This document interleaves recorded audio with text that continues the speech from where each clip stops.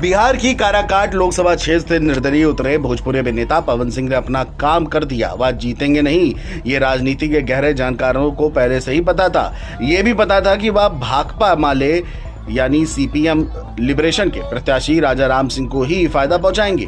राष्ट्रीय जनतांत्रिक गठबंधन कोटे से महज एक लोकसभा टिकट पाकर संतोष करने वाले राष्ट्रीय लोक मोर्चा के प्रमुख उपेंद्र कुशवाहा को ही नुकसान पहुंचाएंगे।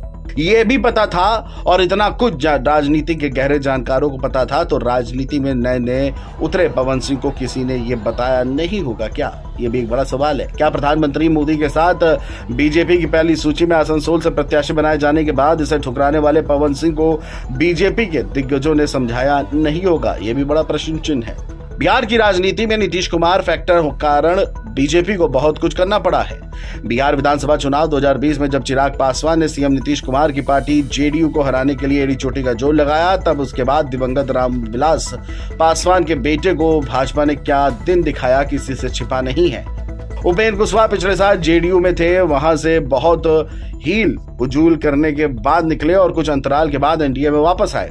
वह एनडीए सरकार में पीएम मोदी के साथ 19 के पहले राज्य मंत्री रह चुके थे। लोकसभा चुनाव 2019 के पहले मंत्री पद से ठीक उसी तरह इस्तीफा देकर निकल आए थे जैसे पशुपति कुमार पारस इस बार। बस अंतर यही था कि थोड़ा समय रहते ही कुशवाहा निकल आए थे। वह बात पुरानी हो गई, लेकिन अब काराकाट लोकसभा चुनाव परिणाम में जो सामने आया वह आना ही था।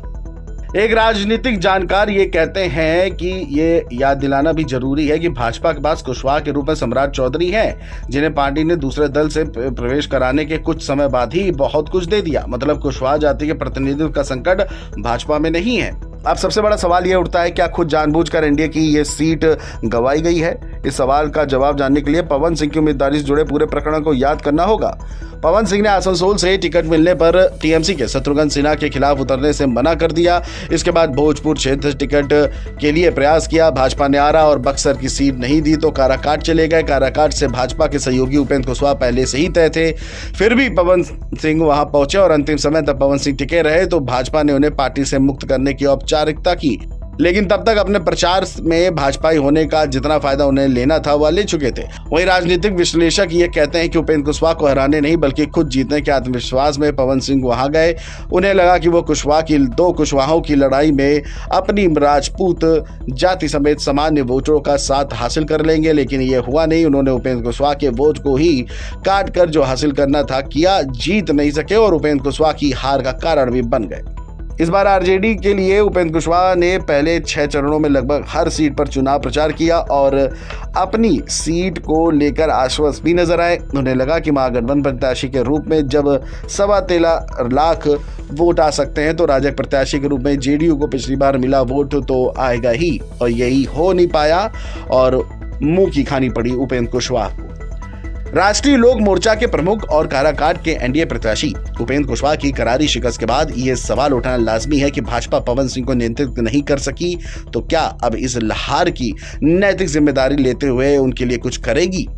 वैसे नैतिक जिम्मेदारी का जहां तक सवाल है तो भाजपा के अपने प्रत्याशी भी सीट नहीं बचा सके। 19 में 100% सीटों पर जीत दर्ज करने वाली भाजपा इस बार बिहार में औंधे मुंह गिरती हुई दिखाई दी।